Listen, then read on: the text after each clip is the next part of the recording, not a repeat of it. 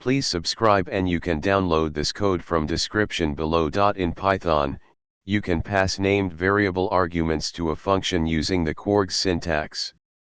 This allows you to pass a variable number of keyword arguments to a function, making your code more flexible and adaptable to different situations.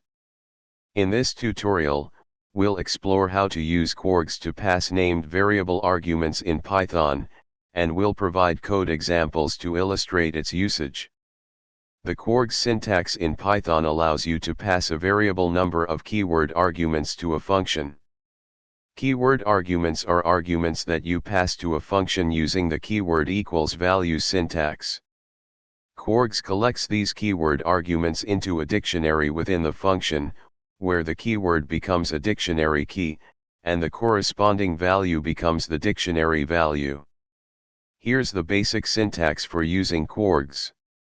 Let's create a function called print_info that takes advantage of kwargs to accept and print a variable number of keyword arguments.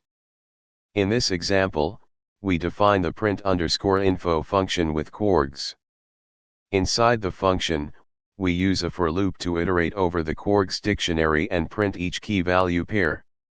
When we call the function, we pass in multiple keyword arguments, and they are printed one by one.